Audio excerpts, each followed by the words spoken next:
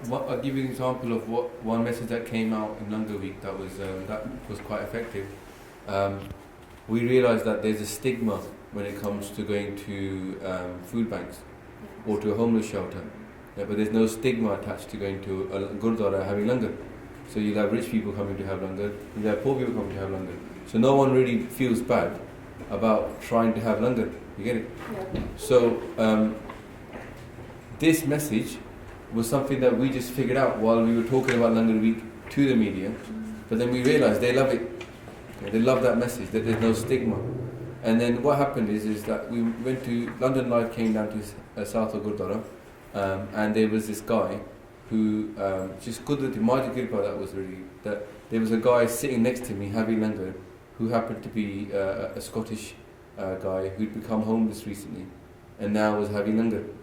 And so when she came down, she interviewed me for ages upstairs. We took her around the Gurdwara and then we talked ages and we started asking with the video. But when he came to Langar and then we sat down with this guy and he was talking, she just happened to be filming me having langar and there was this guy who started to talk to me on the side.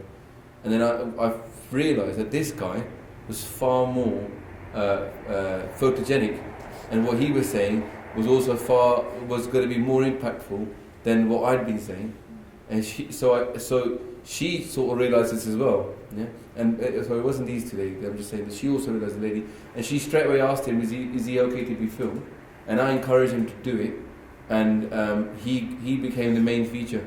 The story changed, but they used the voiceover of what I was talking about in it. But then the message that really we kept stressing, and I said to her again, is look, isn't it interesting how this guy doesn't feel the stigma of coming to Gurdwara and having langar, yeah? And then that became the thing.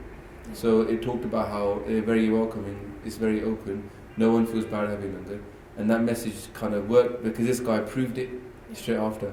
Yeah, because when he was there, he was like, oh, I'm not coming here. No one said anything bad to me. They're very welcoming. And he made a quote which is like, if I went to a church and I go and I was asking them for biscuits today, they say, sorry, come back later. And he goes, and I'm hungry right now. And then he made another wicked point. He was like, well, right now.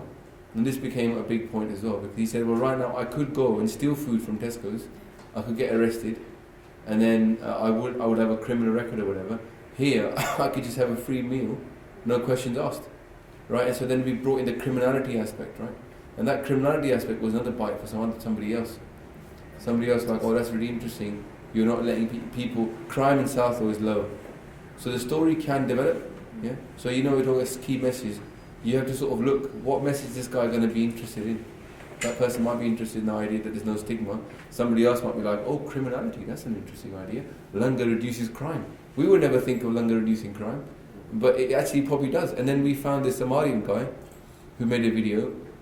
It didn't get released because I think it was filmed in the dark, the quality wasn't good enough. But he was saying that Southall would be really messed up if langar wasn't here.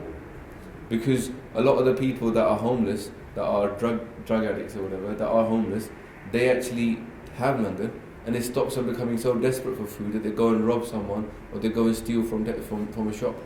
So I don't think anybody ever thought about langar as being a reduction of crime issue, yeah?